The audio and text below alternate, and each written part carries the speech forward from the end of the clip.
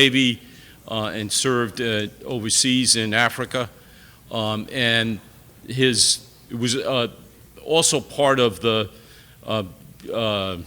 PPAC, the creation of PPAC in Providence, and an executive at WJAR. Mary Ann, do you want to do the honors?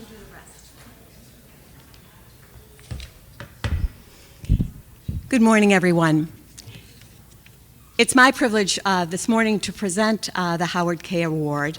So I'm first going to read the background and then the nominee's nomination and ask for your help in recognizing a member of our association and a local school committee member who has made a contribution over and above and beyond over the past year.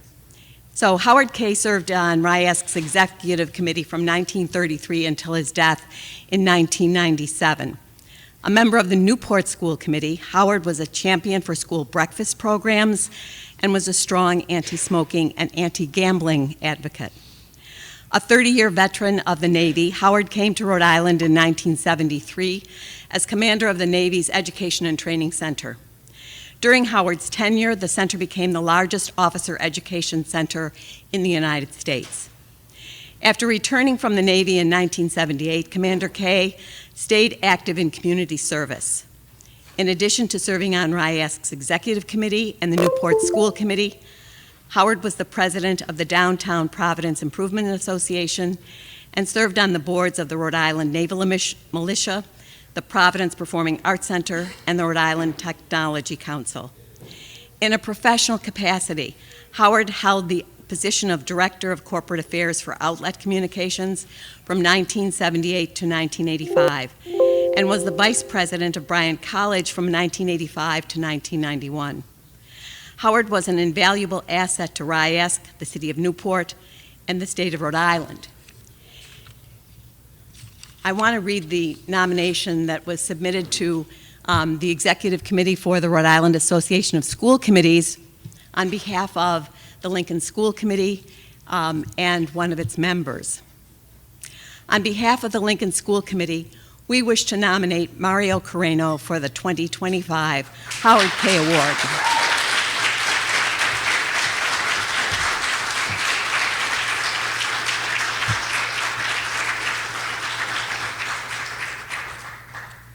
And I need the award.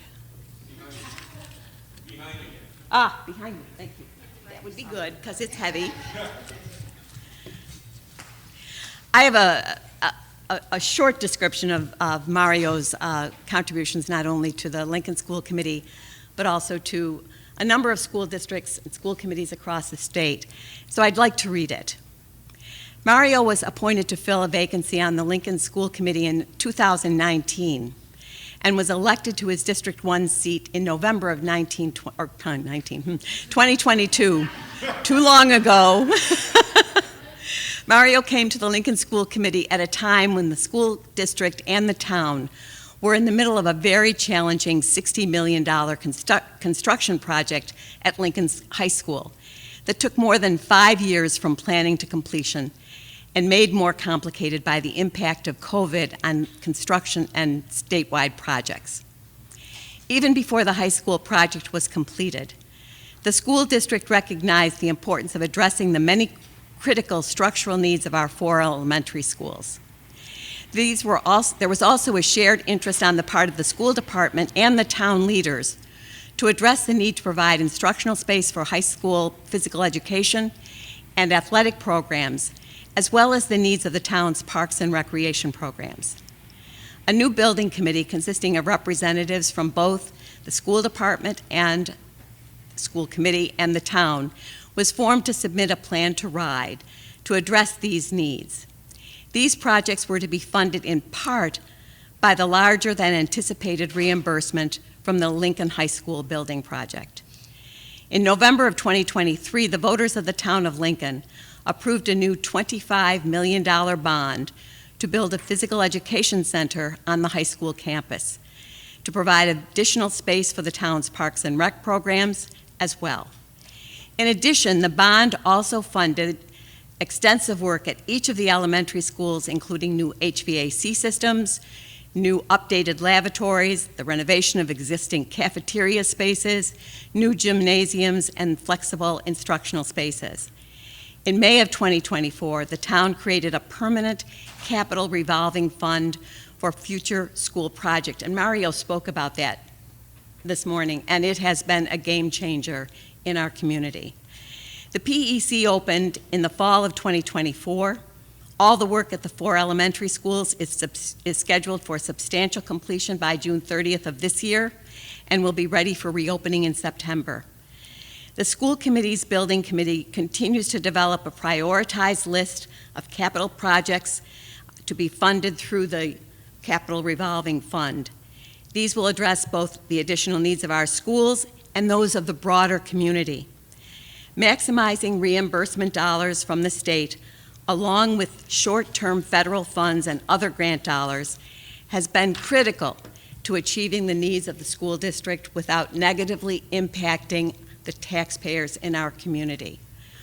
Also key to the work accomplished over the past 3 years has been the support from and the partnership with the municipal leaders in our community. It's never, ever been better. And it has to be, I have to attribute this to not only Mario's technical skills, but his capacity for building relationships across the community, school district and the town. You just don't get anywhere without those. Lincoln has not been the only beneficiary of Mario's exemplary leadership, expertise, and passion for rebuilding our public schools. He has worked with school districts and municipalities across Rhode Island in their efforts to ensure that all students have access to 21st century learning environments. He has also shared his expertise with school committee members at our annual meetings in 2024 and 2025, and also was part of our School Committee 101 this year. So Mario is an asset not only to the Lincoln Public Schools, but to all of you, and it's that we are recognizing this morning. I'm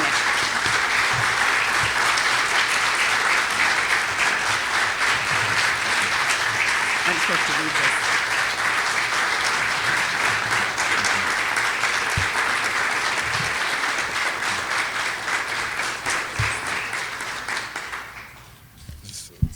This is a surprise. Thank you. Oh, look who's here.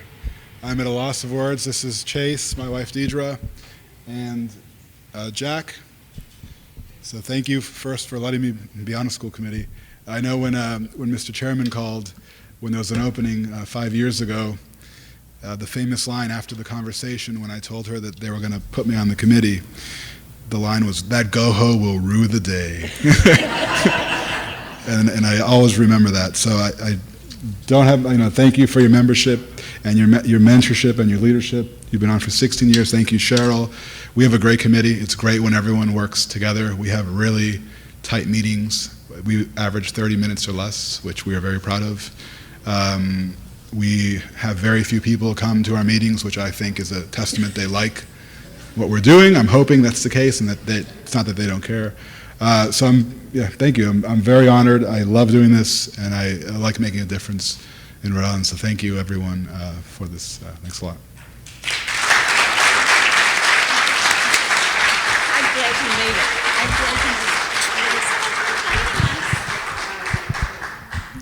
So just as while Judy's doing the photographing here, I think all of us understand the amount of time that it takes to do the work of school committees.